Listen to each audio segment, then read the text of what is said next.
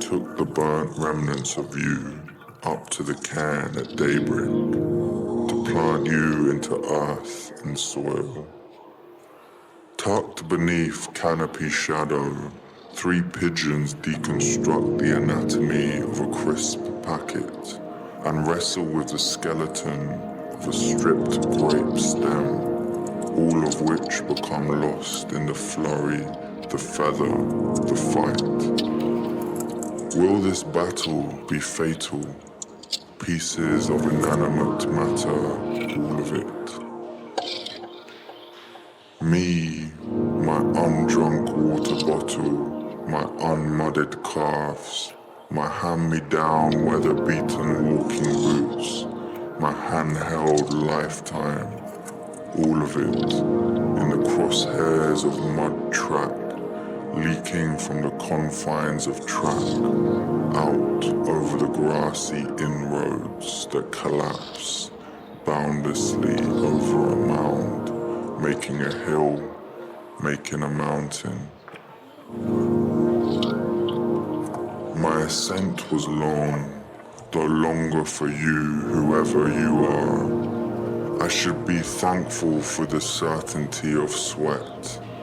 I see your likeness in the heather and the moss.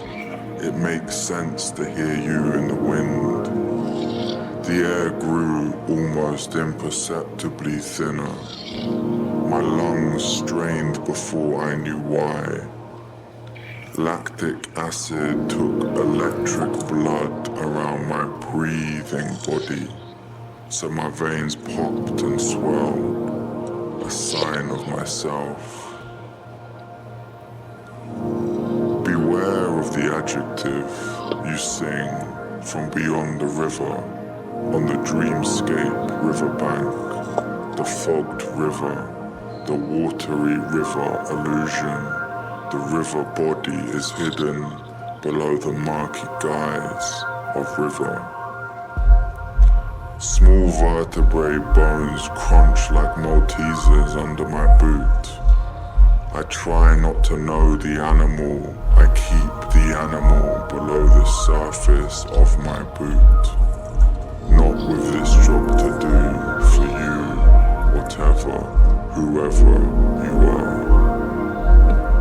I wanted a burial, not a burning, so mechanical men with microscopes could see. A football shattered my arm, a cricket ball bent my index, a stud snapped my ankle bone, skirting boards marked my forehead, fists cracked my eye socket. I want them to say, convincedly, that hand is his hand, that foot is his foot. So they'll know who I am, like I know the subject of those rotted things, defended from dust and feeling hands, behind well-kept, well-sealed showing glass. I know I'll find you in an undusted room. You're a shower illuminated by curtain cracks. You will lay sprawling, naked on the sofa, on the wardrobe, on the stuck turntable. You'll collect in roomy corners. I'll find you in the air.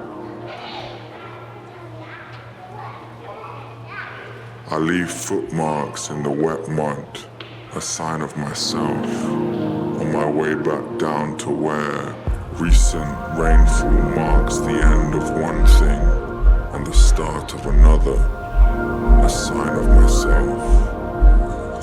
Where wisteria cuts a fine line over granite, where rigid heather locks wan blossoms in sticky fertility, where I can grab fistfuls of winged things like picking cherries from the air, where juniper and dandelion fight for sunlight, where boatmen and fireweed tumble into the turbid whirlpool's turbulent center, and tomorrow after today a father and a son will ascend these overhanging heights to walk away my boot prints before rain again.